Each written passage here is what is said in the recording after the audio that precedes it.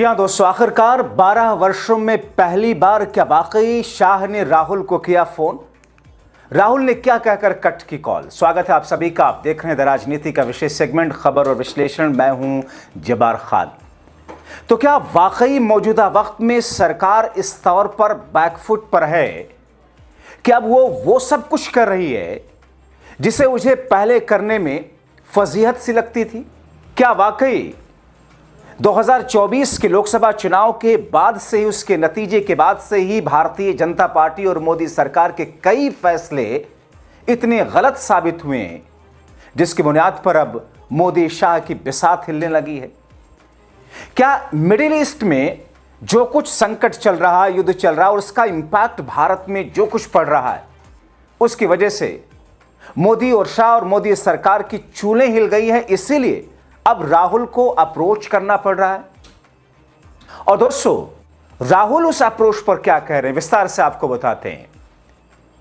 दोस्तों, जब इस खबर को उड़ती उड़ती ये खबर मेरे पास आई तो मैं खुद हैरान रह गया कि साहब, मोदी और शाह का ट्रैक रिकॉर्ड राजनीतिक तौर पर अगर आप गुजरात से उठा करके देख लें या उस वक्त से जब आज के प्रधानमंत्री नरेंद्र मोदी दिल्ली में हुआ करते थे पार्टी के सेक्रेटरी के तौर पर, महासचिव के तौर पर, तब भी वो पत्रकारों से या दूसरे लोगों से फ्रेंडली तो थे लेकिन अपना ऑरा रखते थे।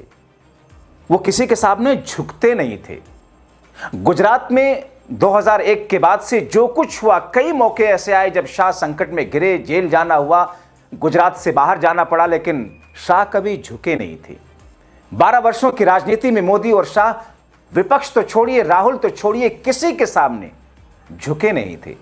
मगर अब क्या राहुल के सामने नरम पड़ना पड़ रहा है? और इसी का नतीजा है कि साहब फोन कॉल तक बात पहुंच गई।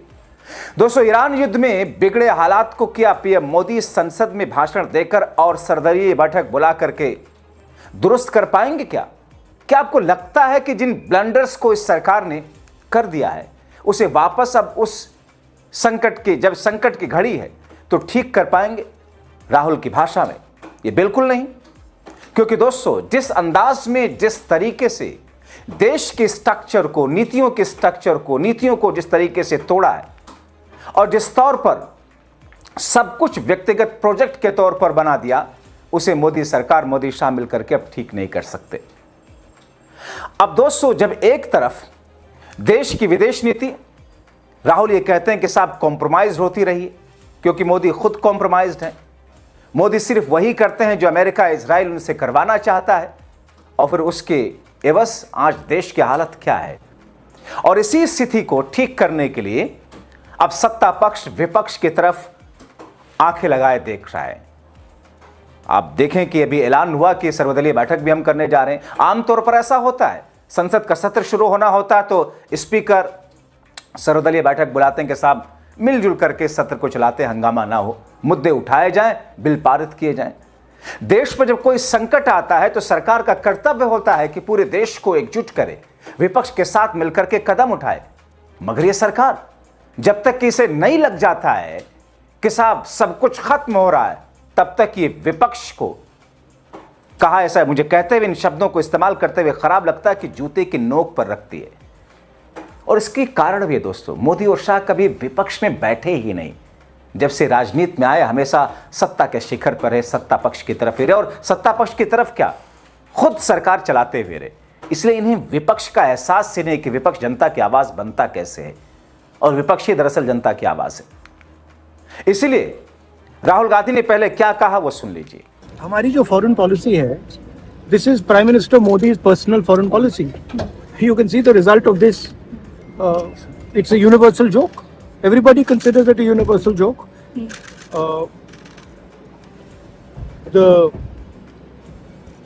Donald Trump knows exactly what Mr. Modi can do and what Mr. Modi cannot do. So, if the Prime Minister is compromised, our foreign policy is compromised. It's obvious. तो सबको दिख रहा है। US deal कर दी, कल मतलब irrelevant भाषण कर दिया। मतलब इंडिया का प्राइम मिनिस्टर है, इंडिया के प्राइम मिनिस्टर है, दिखना चाहिए कि हिंदुस्तान के प्राइम मिनिस्टर है। पोजीशन क्या है? कोई पोजीशन ही नहीं है। और दुख की बात है कि इसका नुकसान होगा लोगों को। जी अभी शुरुआत हुई है।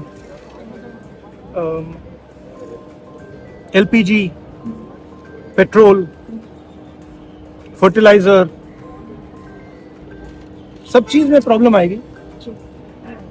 ठीक है, मोदी जी ने कह दिया कि कोविड जैसा समय आने वाला है। जी कोविड में जो किया था वो तो भूल गए हैं, कितने लोग मरे थे, क्या ट्रेजेडीज हुई थी।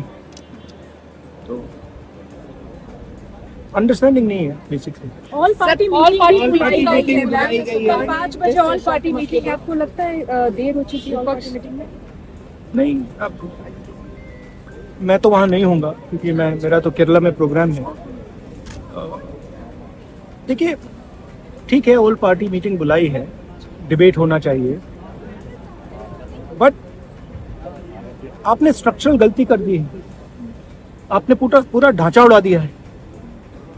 ठीक है, अब उसको आप ठीक नहीं कर सकते। उसको ठीक करने में बहुत टाइम लगेगा और प्राइम मिनिस्टर मोदी तो कर ही नहीं सकते। मैं आपको लिख के दे रहा हूँ, प्राइम मिनिस्टर मोदी जो अमेरिका कहेगा और जो इजराइल कहेगा वो प्राइम मिनिस्टर मोदी करेंगे। वो हिंदुस्तान के इंटरेस्ट में काम नहीं करेंगे, किसानों के इंटरेस्ट में काम नहीं करेंगे। वो जो अमेरिका और जो इजराइल कहेगा वो करेंगे। आप देख लेना। अब दोस्तों, मैं वो फोन कन्वर्सेशन की बात कहां से आई, किसने कहा, कैसे कहा और क्यों मोदी ने शाह से फोन लगवाया, इसके मायने क्या हैं और शाह पर उस पर राहुल ने क्या कहा, बस चंद मिनट बाद आपके साथ उसको शेयर करता हूं। लेकिन दोस्तों, इस बीच में राहुल ने संसद में पीएम मोदी के भाषण को अप्रासंगिक बताते हुए क्या कहा कि ऐसा लगना चाहिए कि वो भारत के प्रधानमंत्री हैं, लेकिन कोई पोजीशन नहीं दिख रही है। एलपीजी ईंधन की बढ़ती कीमतें सिर्फ शुरुआत हैं। मोदी जी कहते हैं कि स्थिति कोविड की तरह संभल जाएगी, लेकिन वो भूल गए कि कोविड में कितने लोग मरे, कितनी त्रासदियां हुई। मगर दोस्तों, जब मोदी, शाह और पूरी सरकार के हाथ से स्थिति फिसल गई, तो अब जाकर के लाचार मोदी सरकार विपक्ष से मदद मांग रही। जैसा कि मैंने पिछले शो में आपको बताया, युद्ध शुरू होने के 25 दिन के बाद, दोस्तों 25 दिन, करीब 1 महीना कम नहीं होता है, अभी तक होश नहीं था इनको, क्योंकि इनको इस स्थिति का अंदाजा ही नहीं था, जबकि राहुल ने पहले चेता दिया था। 25 दिन के बाद में सर्वदलीय बैठक की याद आई सरकार को। इतनी देरी से सर्वदलीय बैठक बुलाए जाने, संसद को संबोधित करने के पीएम मोदी के फैसले की हर तरफ आलोचना हो रही है। लेकिन क्या करेंगे मोदी? अब तो पहले लोकसभा और फिर राज्यसभा में उन्होंने हथियार डाल करके कह दिया कि स्थिति हमारे कंट्रोल के बाहर है, अब देश के लोगों को कोरोना की तर्ज पर ही इसका सामना करना होगा। मगर अब मोदी इस सभी पार्टियों के साथ बैठक करना चाहते हैं ताकि विपक्ष इस पर मोदी सरकार को ना घेरे, जनता में सरकार के खिलाफ भावना ना पैदा हो, जैसा कि इस समय है या फिर जैसा नोटबंदी के समय था, कोरोना के समय था, पहलगाम अटैक और फिर ऑपरेशन सिंदूर के समय जनता के मन में सरकार के खिलाफ एक भावना हुई थी। मगर मोदी सरकार की तरफ से लगाई गई गोदी गिद्धों की टीम सब कुछ ठीक करने का ढिढोरा पीटती रही कि साहब सब कुछ ठीक है, कंट्रोल में है स्थिति। और इसी बीच में दोस्तों, एक और झटका जिसका जिक्र मैंने पिछले शो में किया था कि मोदी जी ने अपना जिगरी कहते हैं, जिसे जिगरी कहते हुए जुबान घिस रहे थे, मतलब ट्रंप, अब पाकिस्तान ईरान युद्ध पर अमेरिका, इजराइल और ईरान के बीच मध्यस्थता कराएगा। पाकिस्तान कराएगा, जिस पाकिस्तान को हम कॉर्नर करते आते हैं, जो पाकिस्तान खुद आतंकवाद का पर्याय बना हुआ है, वो पाकिस्तान मध्यस्थता कराएगा। भारत साइड में खड़ा हुआ तालियां बजाएगा। मैंने आपको इससे पहले अपने शो में तफसील से बताया था दोस्तों। कांग्रेस ने प्रधानमंत्री मोदी को इसके लिए जिम्मेदार न सिर्फ ठहराया, बल्कि उन्हें बड़बोलेपन, विदेश और कूटनीतिक नीति का सत्यानाश करने वाला सुघोषित विश्वगुरु भी बताया था। दोस्तों, हालात विकट हैं और ऐसे में मोदी और उनकी बीजेपी का सारा फोकस हालात को समान करने पर होना चाहिए था, मगर वो तो चुनावी गहमागहमी में व्यस्त हैं 5 राज्यों के, जबकि पहले लोकसभा और फिर राज्यसभा में हालात के नाजुक होने के बारे में कह चुके हैं। 3 हफ्ते से ज्यादा हो चुका है इस युद्ध को, अर्थव्यवस्था झकझोर चुका है, देश को रिकवर होने में लंबा समय लगेगा। जनता के लिए उन्होंने हथियार डालते हुए मोदी ने क्या कहा कि युद्ध से दुनिया भर में गंभीर ईंधन संकट पैदा हो गया है। भारत के लिए भी ये चिंता की बात है। व्यापार मार्ग बाधित हो चुके हैं, जिससे पेट्रोल, डीजल, गैस और खाद्य की सामान्य सप्लाई प्रभावित हुई है। इस संकट का असर लंबे समय तक रहेगा। हमें धैर्य, संयम, शांति दिमाग में रख करके सामना करना होगा। अब उन्होंने तो हथियार डाल करके साइडलाइन हो गए। दोस्तों, शायद ये स्थिति ना आई होती जब राहुल ने मोदी को चिताया था कि आइए संसद में इस पर चर्चा कर लेते हैं, कोई रास्ता निकाल लेते हैं, मगर तब मोदी शाह और बीजेपी सभी सांसद उनके राहुल पर चढ़ दौड़े थे। यहां तक कि मोदी शाह के चेले के तौर पर संसद में लोकसभा की कुर्सी पर बैठने वाले ओम बिरला ने यहां तक कह दिया था कि साहब क्या फालतू के मुद्दे लेकर संसद का समय बर्बाद करने आए हो।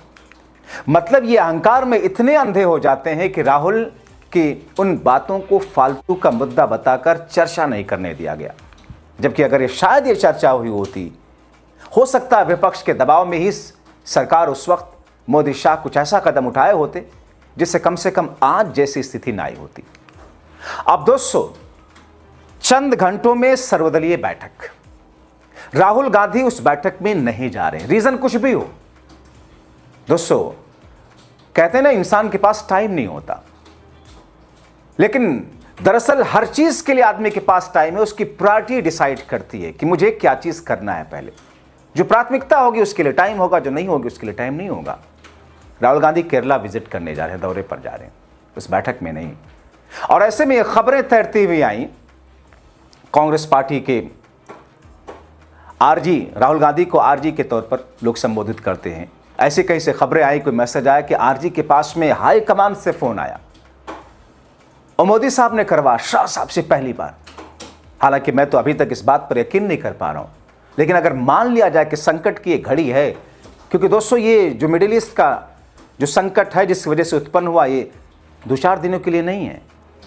इसमें लंबे समय के लिए सब प्रभावित होंगे, आप, हम, आम जनता, हर कोई, हर क्लास की जनता। तो ऐसे में सरकार खुद को जनता की नज़र में एक छवि बेहतर करने के लिए मोदी शाह को अगर झुकना भी पड़ा तो पर्दे के पीछे से झुकने वाली स्थिति में आकर के फ़ोन करने में कोई बहुत बड़ी बात नहीं है।